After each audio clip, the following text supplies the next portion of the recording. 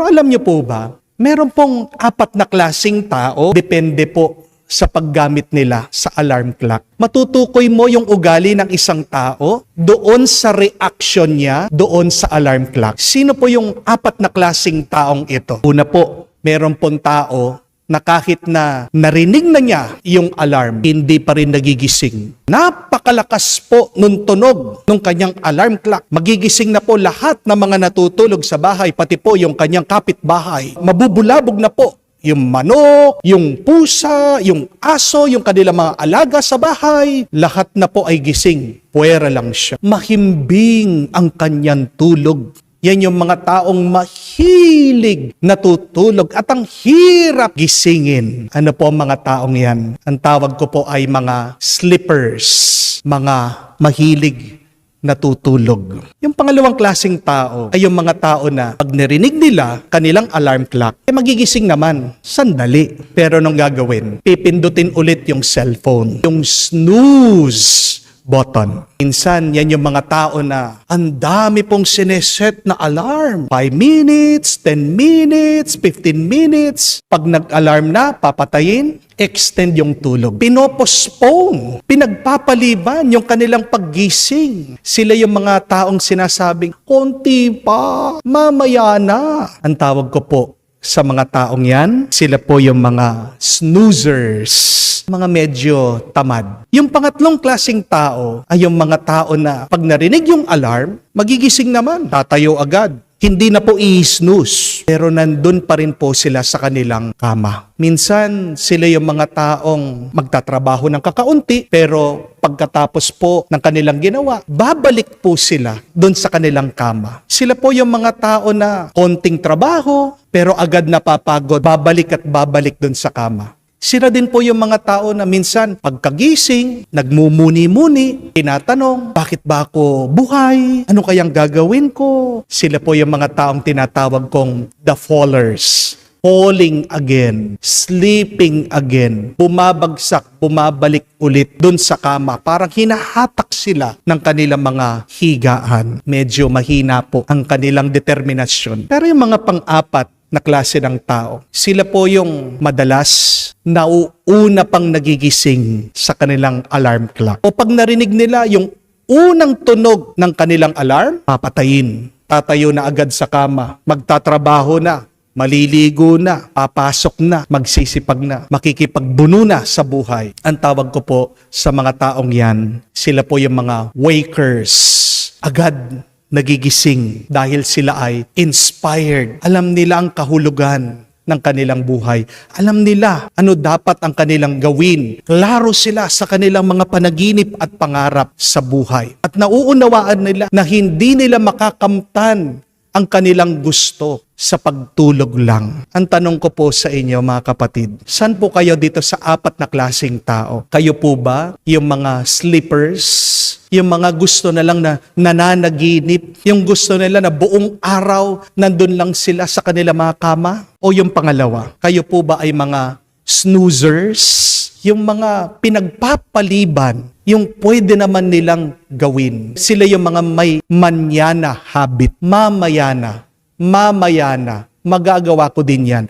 Hanggang mabubulaga sila na sa kakapostpone, hindi nila nagawa yung kailangan nilang gawin. O kayo ba yung pangatlong klaseng tao? Yung mga fallers, yung mga mahihina ang kanilang loob, yung mga agad napapagod, yung konting trabaho lang ay agad gustong huminto na, magpahinga na, balik ng bahay, balik sa kama. O baka naman kayo yung pang-apat, mga wakers, mga determinado, mga may pangarap, mga inspired. Saan po kayo dyan? Mga kapatid, bakit ko sinasabi ito? Kasi hindi ka magkakaroon ng gana kung wala sa iyo ang espiritu ng muling nabuhay na Panginoon. Kita niyo po sa ating ebanghelyo, nagpakita si Jesus na pinatay pero muling nabuhay. At anong ginawa niya sa kanyang mga alagad at disipulo? Tinuruan daw sila. At pagkatapos niyang tinuruan, binigyan sila ng misyon. Sinabi na sila ay magpapahayag ng pagsisisi, pagbabagong buhay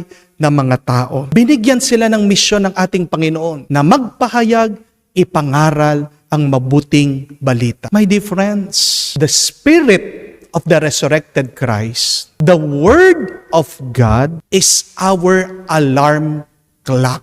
Ginigising tayo ng Espiritu ng Diyos. Binibigyan tayo ng panibagong buhay ng salita ng Diyos. Ang tanong, ano ang gagawin mo pag tinanggap mo na ang salita ng Diyos? Ano ang susunod mong hakbang, kilos, pag nadama mo ang Espiritu ng muling nabuhay na Panginoon? 4 lang naman po ang pwede nating gawin. First, you can be a sleeper. You can remain ignorant, mangmang, hindi pinapansin.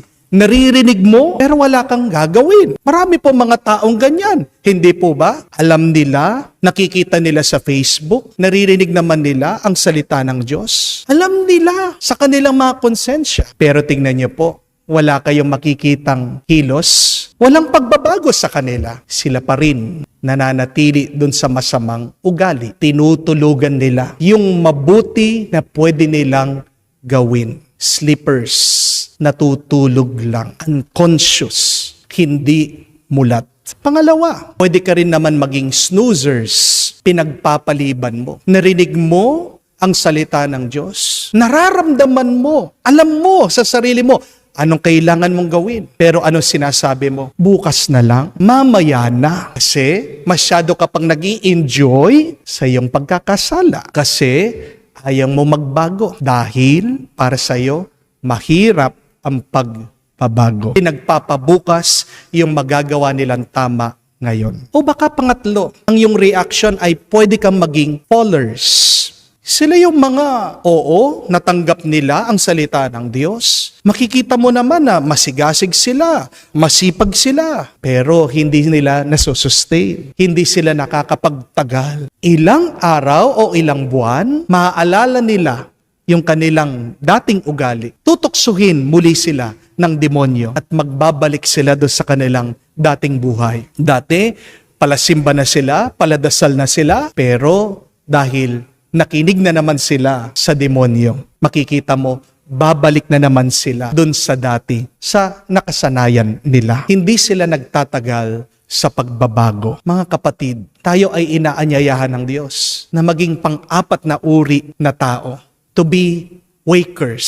Ang magising na tayo sa ating pagkatulog. Ang umalis tayo sa komportableng kama ng pagkakasala. Pag tinanggap mo na ang salita ng Diyos, kung nauunawaan mo, kung nararamdaman mo ang presensya ng Diyos, naway yan ang magbigay ng lakas sa iyo at gana. Naway ang grasya ng Diyos ang magtuloy-tuloy mapagbago ang iyong kaisipan, at naway din sa pamamagitan mo may mapagbago kang tao. Amen? Paggising ka na, huwag ka nang matutulog. Paggising ka na, gamitin mo ang buhay mo para makatulong ka, para makagawa ka ng mabuti, at sa pamamagitan nito, magkaroon ka ng mabuting bunga. Ang tanong lang, nararamdaman niyo ba ang Diyos sa inyong buhay? Ano ang gagawin mo ngayon na naririnig mo ang salita ng Diyos? Mga kapatid, tandaan niyo po, sayang kung naririnig natin ang salita ng Diyos, kung nararamdaman natin ang kanyang presensya at binabaliwala natin siya. Dahil tayo ay dinadala ng Diyos sa mas magandang sitwasyon o sa mas magandang kalagayan ng ating buhay. Hindi ka makakarating sa mas magandang karanasan kung mananatili kang nananaginip lang. Sa iyong pagtulog, wala kang mararating na malayo. Pero kung ikaw ay ginising na ng Diyos, hindi panaginip ang binibigay niya sa iyo, kung hindi isang pananaw. Yang pananaw na yan, sana sundan mo dahil may naghihintay na napakalaking pagpapala sa iyo. Pray the prayer of Jesus. Father, what is your will? Dahil pinapaalala ko po sa mga tao, totoo yung turo ni Jesus. Ask and you shall receive. Ask, hindi lang po ibig sabihin humingi. Ask, ibig sabihin ay magtanong. Magtanong kayo sa Diyos at hindi tayo mapapahiya. Ibibigay niya ang sagot. Mga kapatid, sayang ang presensya ng Diyos. Sayang ang muling pagkabuhay ng Panginoon. Mga kapatid, palagi tayong ginigising ng Panginoon sa Kanyang Espiritu, sa Kanyang karunungan, sa Kanyang salita.